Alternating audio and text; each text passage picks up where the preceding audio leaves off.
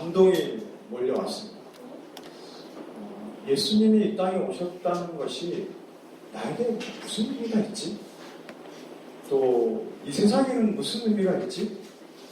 무슨 의미가 있길래 예수님이 오신 이 사건을 우리가 기뻐하고 찬양하고 경배해야 하지? 하는 이 질문을 가지고 쭉 이렇게 생각해 보니 예수님이 이 땅에 오시지 않았더라면 제가 나의 나 된 모습을 온전히 발견할 수 없었겠구나. 두 번째, 내가 내 인생을 어떻게 어디를 향하여 살아야 될지 찾지 못했겠구나 하는 이게 올려오더라고요. 성경의 지혜로운 자는 그 마음이 장례식장에 있다고 했습니다. 제가 지난 수요일날 밤에 장례식장을 다녀왔습니다. 장례식장에 다녀오면서 이분 연세가 72밖에 안 됐어요. 목사님 연세가 올해 70이시니까요. 좀 그림이 그려지시죠.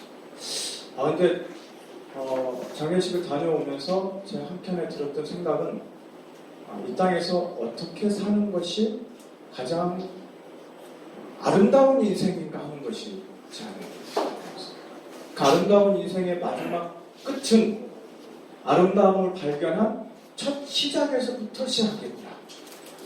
무엇인가 내가 이 인생이 아름다운 것이다 라는 걸 발견하는 순간이 있어야 그 끝이 아름답다는 것을 깨닫게 됐습니다. 오늘 우리가 읽은 본문의 말씀은 예수님이 처음 탄생하실 때의 모습이죠. 그리고 예수님을 처음으로 발견한 자들의 두 부류의 사람들이 나옵니다. 그 두 부류의 사람들을 통해서 우리가 어떤 삶을 살고 어떤 그리스도를 발견하고 나가야 될 것인가, 우리 함께 말씀을 통해서 은혜를 나누면 좋겠습니다. 첫째로 그리스도를 찾는 사람들입니다. 1절을 한번 보실까요? 헤롯 왕 때에 예수께서 유대 베들레헴에서 나심에 그랬습니다. 여기 헤롯 왕이라고 하는 이 첫 언급은 굉장히 중요한 의미를 갖습니다. 첫째는 예수님의 탄생이 언제인가 하는 것을 성경에 정확히 보여주고 있는 말씀입니다. 헤롯 왕. 그래서 이 헤롯 왕이 BC 약 70년에 태어나서 BC 4년에 죽은 것으로 기록이 되어집니다.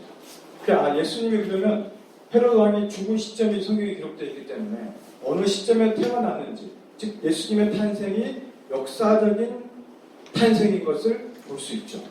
자, 두 번째, 헤롯 왕 하는 이 헤롯 왕은 실제로 우리가 잘 아는 이두메 출신이었습니다. 이두메가 어떤 출신인지 아시나요?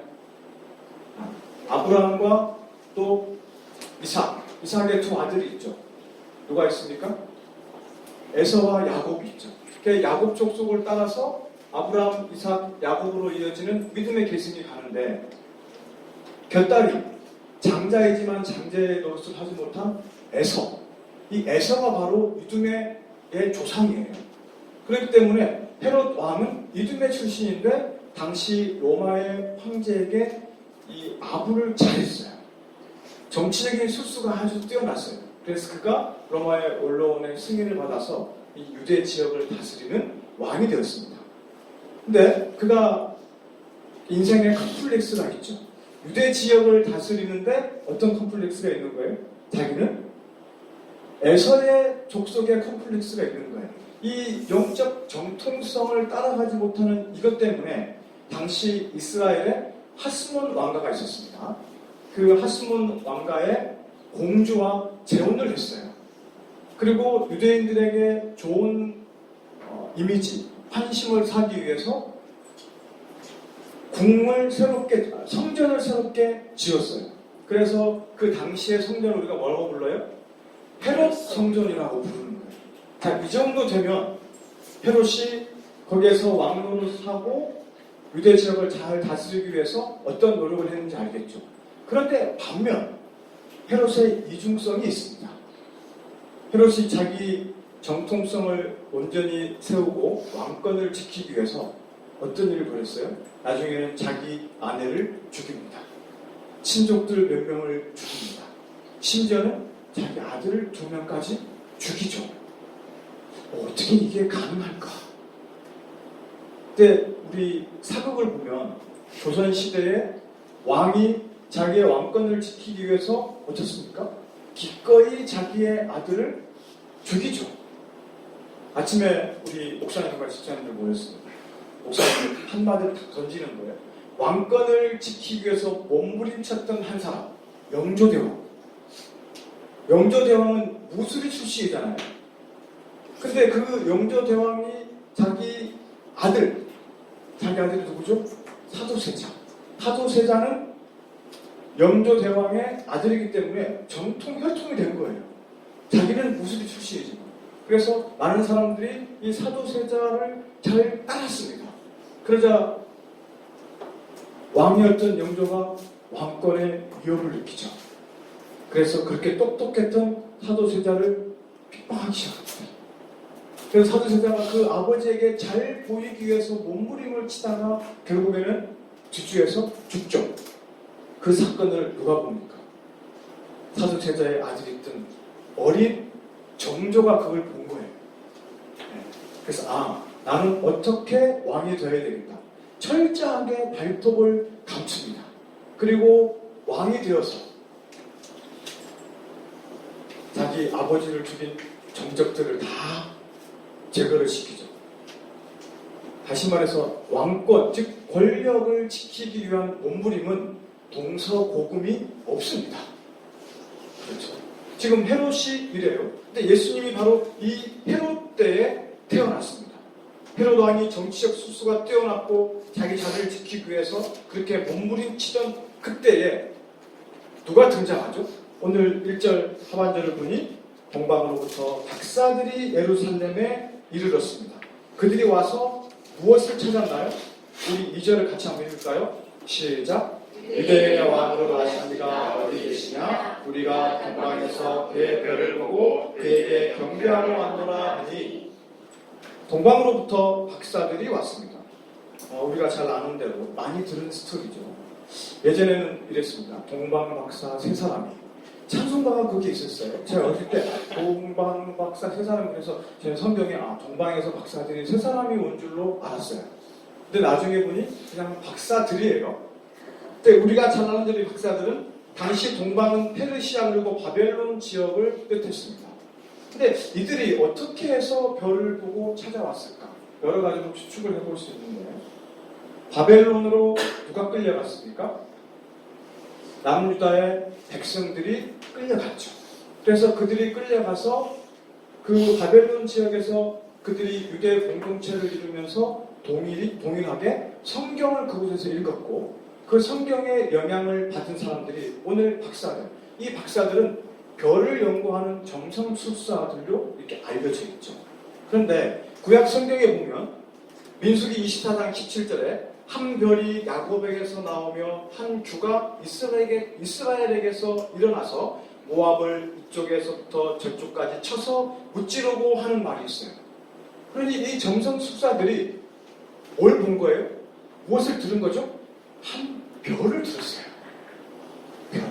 이 별 연구하는 사람들은 우리가 생각하는 것과 좀 차원이 다른 세계가 있다고 들었습니다. 별이 기본적으로 가만히 연구를 해보면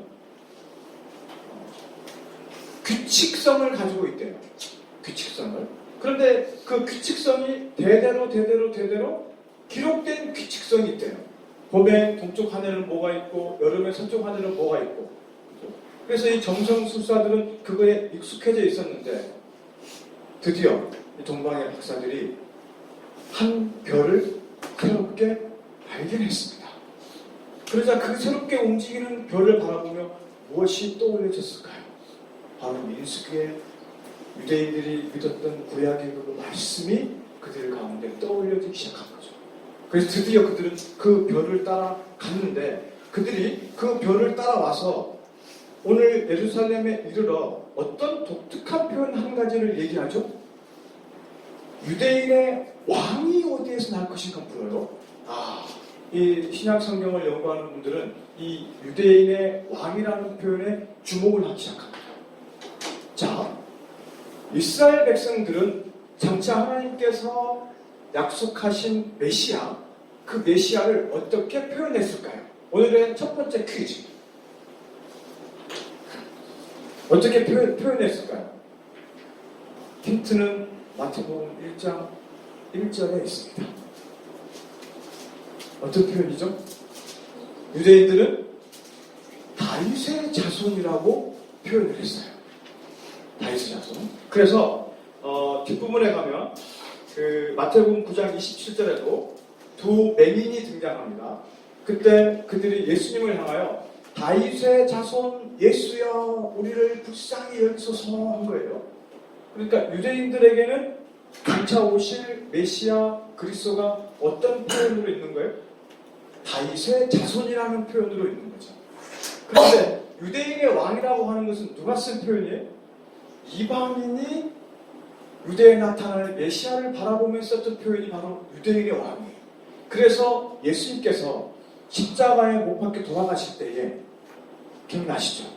그 십자가 위에 죄패를 하나 붙였습니다. 그게 뭐라고 붙였나요? 자칭 유대인의 왕이라고 쓰는 거예요. 이방인들이 봤을 때는 유대인의 왕, 그 유대인의 왕이 유대인들에게 다윗의 자손 같이 연결이 되는 것이죠. 자, 신기하게도 그 점성술사들이 그렇구나. 이 별을 통하여 나실 왕은 구약의 예언된 바로 그 왕. 이 왕은 정치적 왕이 아닙니다. 하나님께서 약속하신 메시아, 그 메시아를 발견했습니다. 여기서 한 가지 의문점이 들었습니다. 이 사람들이 헤롯 왕에 대한 소문을 못 들었을까? 헤롯 왕이 얼마나 자기 왕권을 지키기 위해서 몸부림쳤던 사람입니다. 그걸 위해서 얼마나 피해 복수를 했는지 잘 알잖아요. 근데 그걸 몰랐을까요? 왜 그런 상황을 알면서도 예루살렘에 가서 유대인의 왕이라고 하는 이 호칭을 사용했을까요? 그렇죠? 이들이 이야기는 장차 오실 그리스도 그분은 정치적 왕이 아니다. 이것을 강조하기 위해서 그곳에 갔습니다. 그런데 막상 이 이야기를 들은 헤롯 왕과 유대 백성들은 어떻게 됐습니까? 우리 3절 보실까요? 헤롯 왕과 온 예루살렘이 듣고 소동한지라. 한마디로 발칵 뒤집혔습니다. 헤롯 왕이 이 이야기를 듣고 도대체 이게 무슨 얘기냐?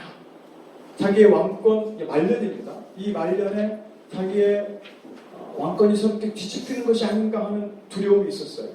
그런데 오늘 3절을 가만히 들여다보면 한 가지 이상한 게 발견할 수 있습니다.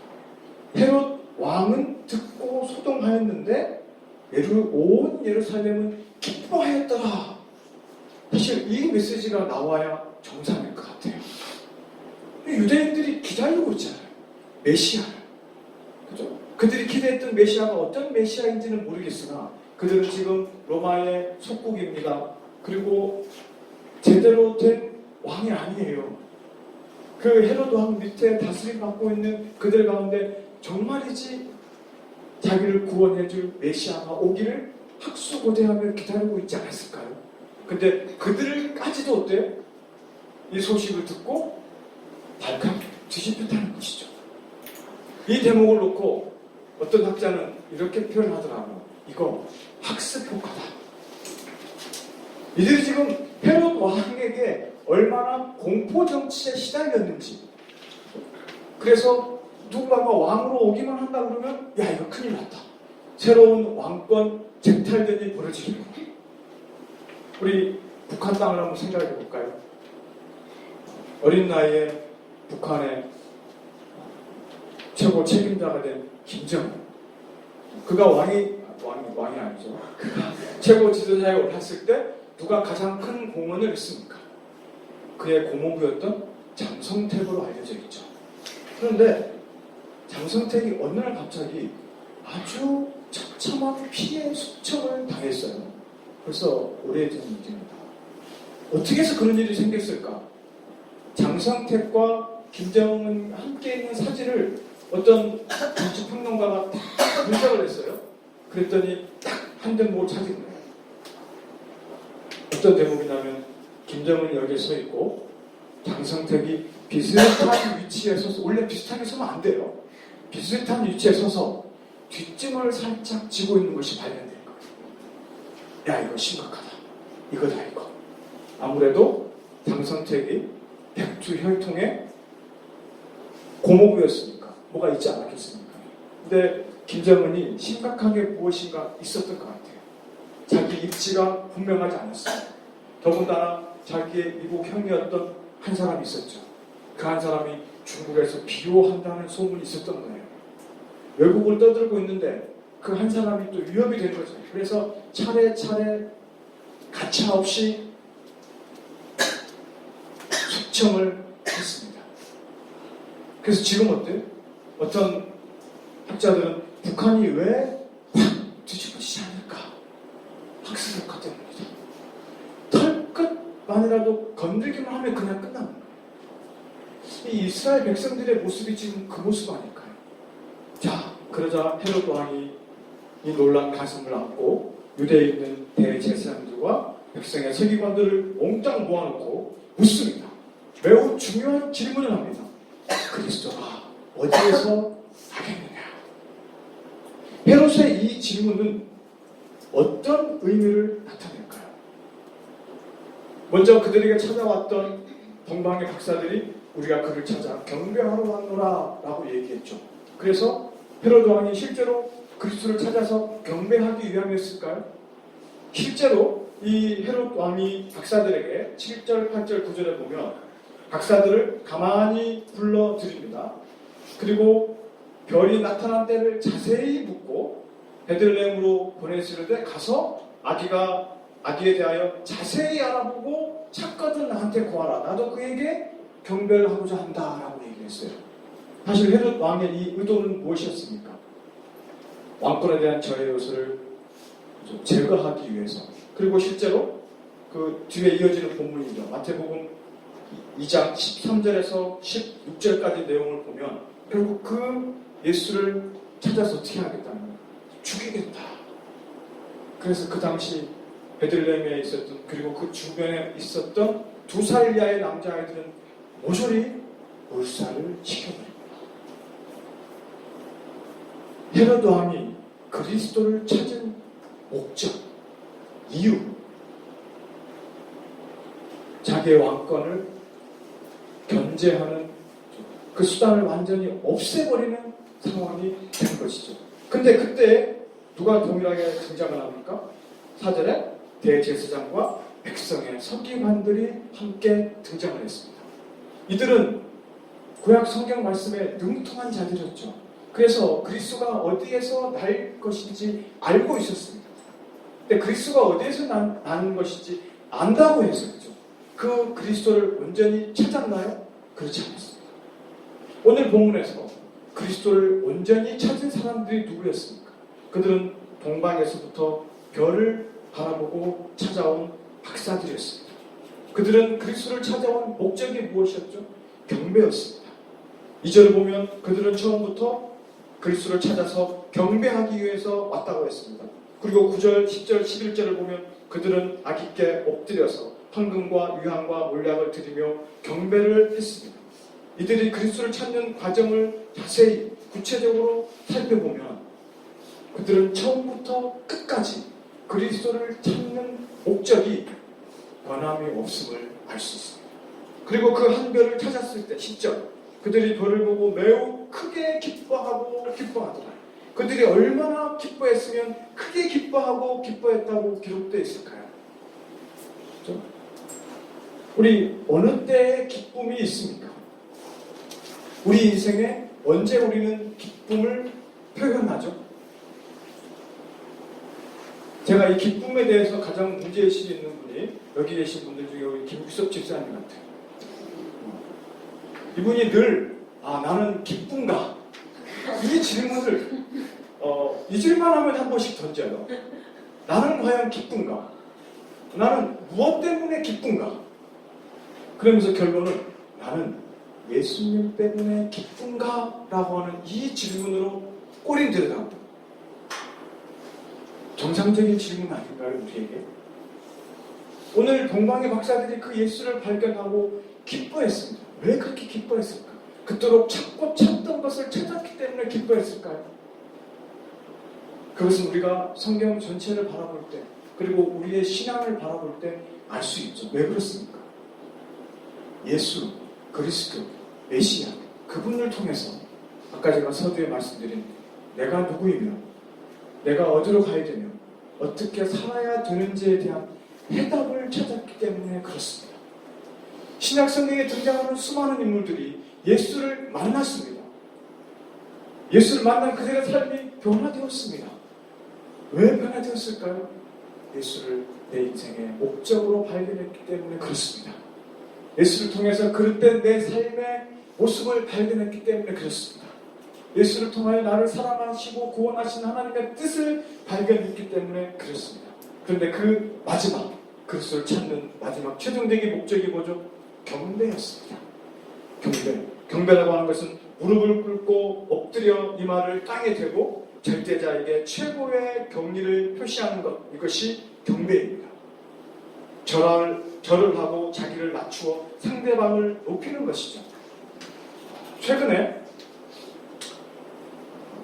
우리나라 국무총리가 한 행사장에서 했던 사진이 이슈가 된 적이 있습니다. 여러분 혹시 기억하시나요? 총리가 행사장에서 절을 하고 있었어요. 근데 그 사진만 딱 찍어서 인터넷에 올라왔어요. 총리가 왜 갑자기 절을 하고 있지? 앞에 무슨 사람들이 있나? 근데 그때 모인 사람들이 경제인 모임이었어요. 근데 그 중에 나이 드신 한 중소기업 회장님이 모임에 늦게 참석을 했나 봐요. 그분이 입구에 들어오면서 늦게 와서 죄송합니다 하고 거기에 절을 한 거예요.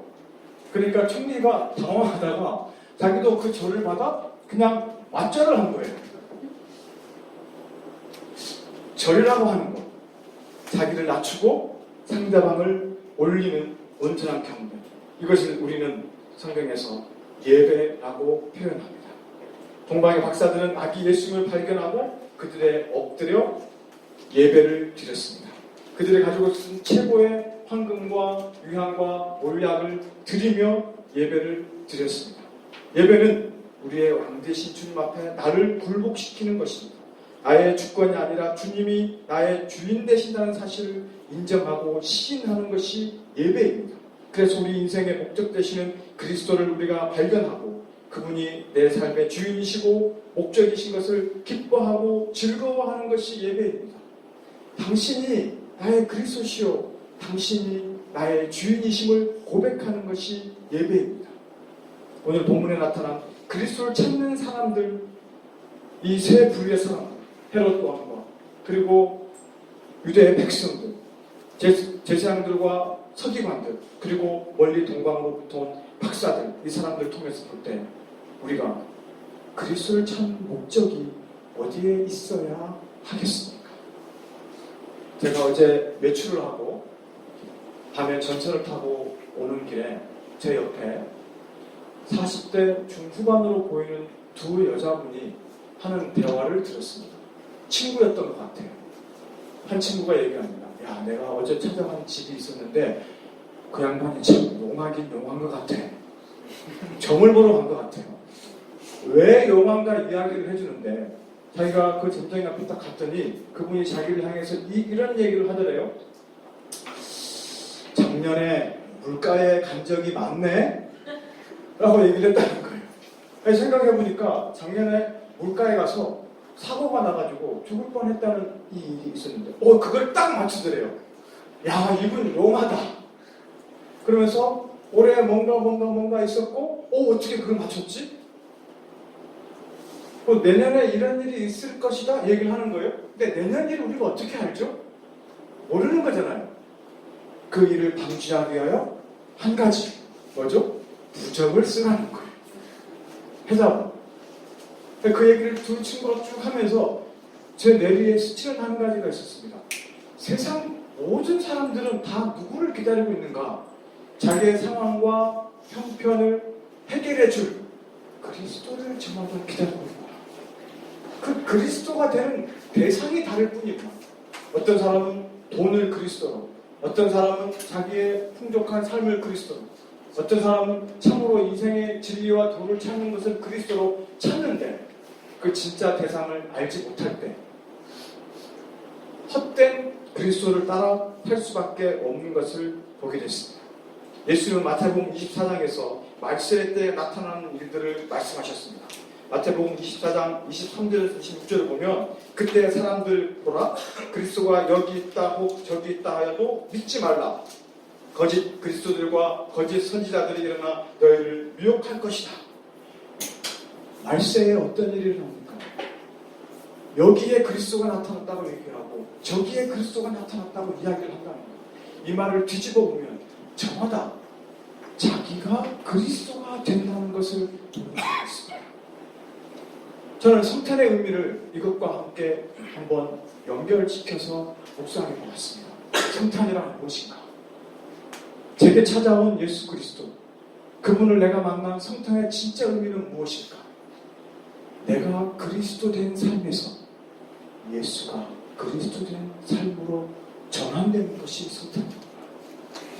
내가 그리스도 된 삶을 살기 위해, 내가 내 삶을 구원하기 위해, 해결하기 위해 몸부림쳤던 삶, 내가 내 자신을 책임지기 위해 몸부림쳤던 삶에서 뒤집어져서 예수님이 그리스도가 내 인생의 온전한 주인 되심을 내가 영접하고 고백하고 살아가는 삶, 그것이 성탄의 진정한 의미인 것을 마음에 새겼습니다. 2019년 이 성탄에 다시 한번 나의 예수 그리스도, 그분이 내 인생의 영원한 목적이시오, 예배의 대상이시오, 주인됨을 함께 고백할 수 있기를 기도합니다. 그럴 때 이 성탄의 진정한 의미가 우리 가운데 새겨질 줄로 믿습니다. 둘째로, 목자로 다스리시는 예수님. 우리 6절을 같이 한번 읽어볼까요? 시작. 또 유대 땅 베들레헴아 너는 유대 고을 중에서 가장 작지 아니하도다. 내게서 한 다스리는 목자가 나와서 내 백성 이스라엘의 목자가 되리라. 헤로드 왕이 대제사장들과 서기관들을 통해서 들은 장차 오실 그 그리스도는 어떤 모습이었습니까?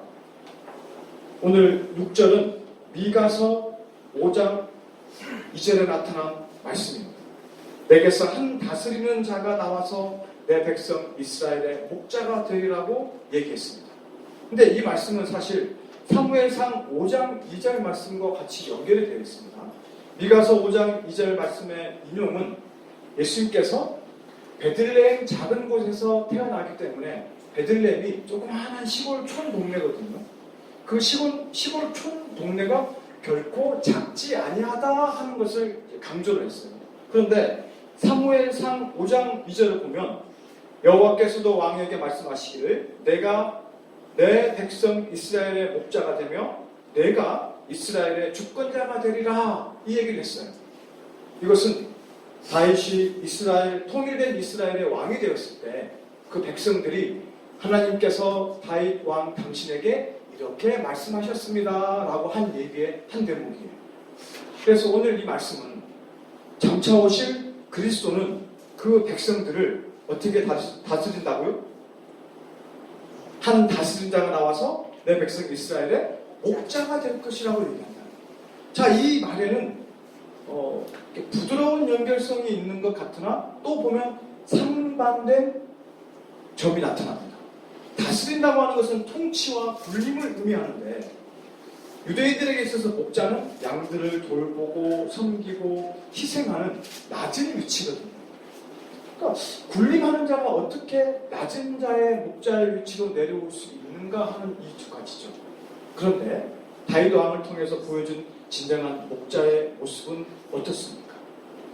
진정한 목자의 모습, 그것은 참으로 유대의 왕으로 구원의 주님으로 오셔서 그 백성들을 향하여 가장 낮은 모습으로 그 양들을 위하여 자기 생명을 아끼지 아니하시고 살리시고 세우신 분, 그 목숨을 살리기 위하여 자기를 온전히 십자가에 못 박고 찢고 피 흘리신 바로 그분. 이것이 진정한 목자의 모습이라는 것이죠. 이 땅에 오신 예수님이 이러한 목자의 모습으로 오신다고 말씀하셨고, 예수님은 그렇게 그 목자의 모습을 이 땅에서 보이시고 사셨습니다. 근데 우리가 목자 생각하면 가장 먼저 떠올려지는 시편 23편, 여호와는 나의 목자시니 내게 부족함이 없으리로다. 우리를 인도해 가시는 여호와 목자 되신 그분이 그려지겠죠. 또 신약 성경에서 목자하면 요한복음 10장의 목자의 모습이 떠올려지죠. 진짜 목장에서 예수님은 내가 곧 선한 목자라고 말씀하시고 양들을 위하여 목숨을 내어 버릴 목자의 모습을 보여주고 계십니다. 자, 그렇다면 목자로 다스린다는 것은 무엇이었을까? 제가 최근에 한 원로 교수님의 인터뷰를 봤습니다. 이분이 올해 연세가 120세, 죄송합니다. 100세예요. 100세. 이분이 1920년에 태어났어요. 올해가 2019년, 2020년이니까 이제 그분이 올해 딱 100세가 됐어요. 그런데 지금도 정정하세요. 그리고 100세의 나이에 강의를 하시는데 70분에서 90분 동안 강의를 하신대요. 그리고 끝나고 나서 수영장에 가서 200m 수영을 하고 오신대요. 1년에 한 권씩 책을 쓰신대요. 더 놀라운 사실은 이분이 우리가 잘 아는 윤동주 시인과 함께 중학교를 다녔대요. 우리 윤동주 시인 하면 까마득하죠, 그죠? 이분이 연세대학교 철학과에서 강의를 하시고 학자 교수가 되신 김형석 교수님이십니다. 이분의 강의를 들었는데 인터뷰하는 분이 물어요. 교수님, 100세쯤 살아보니 인생이 좀 어떤 것 같습니까? 라고 물었어요. 그랬더니 이분이 인생에 대해서 굉장히 간략하지만 명석한 몇 가지 얘기를 해주는 거예요. 제가 인생을 좀 살아보니 초년기에는 머리가 좋은 것이 행복의 지수였대요. 근데 조금 중반기로 접어들어서 작년에 좀 이르렀을 때는 대학에서 공부를 할 때는 많은 것들을 이렇게 이해하는 것이 인생에서 가장 좋은 것이구나 라고 생각을 했대요. 그런데 60이 넘어가서 가만히 인생을 돌아보니 인생은 그것이 아니라 인생을 얼마나 깊이 있게 살펴볼 수 있는지 사고력이 있어야 진짜 인생이구나 라고 생각을 했다는 거예요. 그래서 이 인터뷰하는 사람이 또 물었습니다. 그러면 교수님은 100세쯤 사셨는데 다시 인생을 과거로 돌이킨다면 어느 시점의 나이로 돌아가고 싶으세요? 물었어요. 그랬더니 이분이 나는 한 75, 6세쯤으로 돌아가고 싶어요. 그런 거예요. 제가 그 얘기를 듣고 궁금해지기 시작하는 거예요. 아니, 많은 청년의 때로 돌아가고 싶다거나 좀 그런 게 있어야 되는데 왜 하필이면 76, 7세인가? 이분이 딱 생각을 그렇게 대답을 하시는 거예요. 내가 70일 중반이 딱 되보니 인생을 어떻게 하면 아름답게 사는 것인가를 알겠다는 거예요. 그래서 이분은 그때부터 내 인생을 가장 아름다운 모습으로 살기 위해서 이렇게 살아야겠다고 쭉 남은 인생을 설계하면서 지금까지 왔다고 얘기했습니다. 그러면서 마지막으로 인터뷰를 하는 사람이 물었습니다. 그렇다면 교수님께서 100세 인생을 쭉 사시면서 지금 시대에 살아가고 있는 청년들이나 장년들, 이 시대의 후배들에게 또는 제자들에게 어떤 이야기를 해주고 싶습니까? 라고 하는 한마디를 물었을 때 우리 인생의 삶의 모범을 보여주는 삶을 살면 좋겠습니다 라는 한마디를 하시더라고요. 삶의 모범. 그것은 무엇이냐면 우리의 삶을 통해서 나는 무엇을 위해서 살아야 하는가? 그리고 더 나아가서 인간은 무엇을 위해서 살아야 하는가 라고 하는 이 모범을 보여주는 것이 인생의 선배로서 반드시 보여줘야 될 한 가지 사명이다 라는 생각이 들었답니다. 제가 목자로 다스린다는 것이 무엇인가를 성경에서 묵상하고 말씀을 묵상하면서 예수님을 묵상해 보기 시작했습니다. 예수님은 어떤 분이신가? 그리고 그 예수님은 나에게, 우리에게 어떤 분이신가? 아, 그렇구나. 예수님이야말로 내 인생을 어떻게 살아가야 되는지에 대한 모범을 보여주신 분인 것이 제 마음에 다가오기 시작했습니다. 그래서 예수님은 요한복음 14장 6절에서 내가 곧 길이요 진리요 생명이니 아무도 나를 말미암지 않고는 아버지께로 갈 자가 없다고 얘기했습니다. 이게 무슨 말입니까? 예수님께서 친히 길이 되시고 진리가 되시고 생명이 되셔서 이 땅에서 우리가 어떻게 하면 길이요 진리요 생명을 얻을 수 있으며 어떻게 하면 우리가 그것들을 추구할 수 있는지를 보여주셨다는 거예요. 그래서 우리가 그 목자 되신 예수님을 온전히 따라서 행하게 된다면 참으로 그 목자 되신 예수님의 다스림 아래에 살 수 있다는 것이죠. 자, 목자로 다스림 받는 것, 또 목자로 다스리는 것, 그것은 무엇일까? 제가 두 번째를 묵상을 해보았습니다. 성경에서 많이 이야기되어지는 것, 그리고 동시에 어떤 강연자의 한 강의가 제게 떠올려지기 시작한 거예요. 이분이 국악 경연을 하는 곳에 한번 초대돼서 간 적이 있다고 얘기해요. 그런데 국악 경연을 하는데 어떤 한 경연자가 나와서 창을 하기 시작했어요. 이리 오너라 업고 놀자. 그랬더니 여기 앞에 있던 어떤 한 분이 얼쑤 하는 거예요. 사랑 사랑 사랑 내 사랑 이러자 이러니까 이분이 또 얼쑤 하는 거예요. 그러자 노래를 시작하니까 계속 진행되자마자 옆에 있는 분들이 얼쑤 얼쑤 얼쑤 얼쑤 그 함께 하는 사람들이 얼쑤판이 된 거예요. 이분이 이제 1등을 한 거죠. 그래서 강연하는 분이 도대체 이 얼쑤 했던 분이 누군가? 혹시 알바생일까? 생각이 됐다는 거예요. 나중에 찾아가서 물었대요. 이분이 누굽니까? 그분이 누구냐면 이 경연하는 자의 스승입니다. 스승. 그러면서 이분이 깨달았던 거예요. 앞에서 노래하는 사람 우리가 뭐라고 얘기하느냐? 명창이라고 얘기해요. 명창.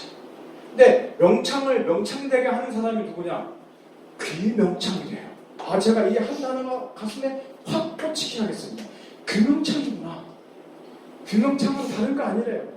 얘기하는 사람, 노래하는 사람의 이야기를 잘 듣고 거기에 맞춰서 장단을 맞춰주는 사람이 귀명창이래요. 목자로 다스린다는 것이 무엇일까? 예수님이 이 땅에 오시고 지금도 동일하게 우리 가운데 어떻게 찾아오셔서 나를 다스려 주시는가? 주님은 나의 귀명창이 되어주시는구나. 제가 무엇인가를 얘기하고 무엇인가를 할 때마다 그것이 잘하는 것이든 못하는 것이든 실수하는 것이든 실패하는 것이든 관계없이 끊임없이 동일한 그 자리에서 얼쑤하고 나를 응원해 주시고 격려해 주시고 위로해 주시는 분이십니다. 나의 예수님. 올 한 해를 돌아볼 때 나의 예수님, 그분은 어떤 분이십니까? 나를 알아주시고 들어주시고 품어주시고 위로해 주시고 격려해 주시는 주님. 진정한 귀명창 되시는 그 예수님, 그분을 우리의 참 목자로 마음에 새롭게 모셔드리는 성탄이 될 수 있기를 기도합니다. 제가 마지막 한 가지 이야기만 하고 마치겠습니다. 어제 저녁에 목사님 사모님 부부와 저희 부부가 좀 1년에 한 번 저희 가정이 좀 대접받는 그런 시간이 있었습니다. 아주 좋은 연극을 보고 저는 식사를 하고 대화를 나누고 그리고 이후에 저는 약속된 한 학생을 만났습니다. 그 한 학생이 만났는데 참 상황이 좋지 않은 학생이었어요. 특별히 그 학생은 2017년부터 온 몸 마디마디마다 이유를 알지 못하는 통증에 시달리는 질병을 걸리는 거예요. 굉장히 힘들었는데 참 감사하게도 6개월 정도 약을 복용한 이후에 서서히 증상이 완화됐는데 지금도 날마다 진통제를 복용하고 있다고 하더라고요. 그런 얘기를 제가 듣다가 제가 이제 제 얘기를 저도 하게 됐어요. 저희 가정에 제 아내와 저희 막내가 있는데 동일한 질병을 얻어서 이런 상황이 있다. 그런데 제가 제 막내 중학교 2학년 된 이 아들의 한 이야기를 들으면서 큰 위로가 됐다. 이 한마디는 막내 아이의 음성임과 동시에 예수님께서 내게 주시는 음성이었다. 제가 이 얘기를 한 거예요. 그것은 무슨 얘기였냐면, 그러니까 주영이가 크로병 때문에 주영이를 데리고 병원에 정기검진을 다닙니다. 올 여름이었던 것 같아요. 주영이와 함께 갔다 와서 제가 마음이 참 여러 가지로 많이 쓰여서 물었습니다. 주영아, 너는 네가 이렇게 아픈 거에 대해서 마음이 많이 쓰이고 불안하기도 할 텐데 너는 어떻게 생각하느냐? 라고 그랬더니 주영이 대뜸 하는 말이, 아빠, 사람은 한번 아파봐야 되는 것 같아요. 이 한마디가 제가 가지고 있었던 모든 걱정과 근심거리를 다 날려버리는 한마디로 제게 들려왔습니다. 그 육체의 질병을 통해서 인생을 생각하고 미래를 생각하고 그 가운데 두신 하나님의 뜻을 발견하고 있음이 느껴졌습니다. 저는 이렇게 느꼈는데 본인이 어땠는지 모르겠습니다. 제가 이 이야기를 그 학생에게 해주었습니다. 그 학생의 이야기를 들으면서 마음에 울먹이며 자기도 동일한 생각을 해야 되겠다고 생각을 하더라고요. 우리 삶이 그렇습니다. 세상에 그 누구도 나를 제대로 알아주는 사람이 참 없습니다. 한 주 전이 저희 결혼 19주년, 20년이 된 때였는데 20년을 살아도 여전히 현정 간사에게 제가 서운함이 있습니다. 그 반대는 오죽하겠습니까? 저를 알아주는 사람이 그렇게 없어요. 20년을 살아도 그렇더라고요. 그런데 내 목자 되신 예수님은 이 세상 그 누구도 알아주지 못하는 제 마음 모든 것을, 우리의 마음 모든 것을 다 알아주시고 들어주시는 분이신 줄 믿습니다. 2019년 성탄에 우리의 진정한 목자 되신 예수님을 마음에 붙잡고 참 성탄의 의미를 붙잡고 우리의 목자 되신 그 예수님을 새롭게 영접하는 귀한 성탄이 될 수 있기를 기도하겠습니다. 하나님 아버지, 우리 인생이 어디로 와서 어디로 가는지 알지 못하는 인생이었지만 예수님으로 말미암아 예수님이 내 인생의 그리스도가 되신 것으로 말미암아 참 삶의 방향과 목적을 찾고 나아가게 된 줄을 믿습니다.